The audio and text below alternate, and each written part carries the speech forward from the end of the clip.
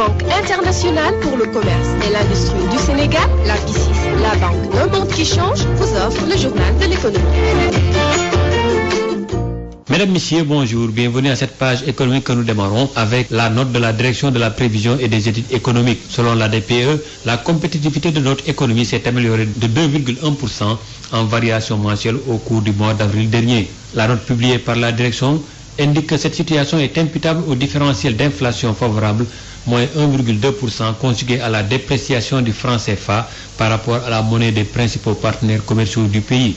En glissement annuel, des pertes de compétitivité estimées à 0,3% sont enregistrées en liaison avec l'appréciation du franc CFA, atténuée toutefois par le différentiel d'inflation favorable. En moyenne, sur les 5 premiers mois de l'année, les prévisionnistes estiment que la compétitivité s'est dégradée de 2,1% par rapport à l'année 2013.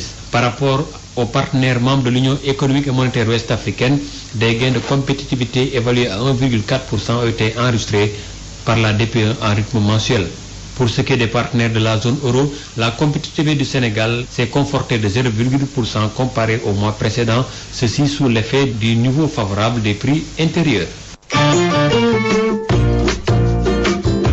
Retenez que ce matin à 11h, le Fonds de garantie des investissements prioritaires, FONGIP, organise avec la presse économique une réunion d'information et d'échange sur ses activités. Nous y reviendrons dans nos prochaines éditions. C'est tout pour cette page économique. Merci de nous avoir suivis.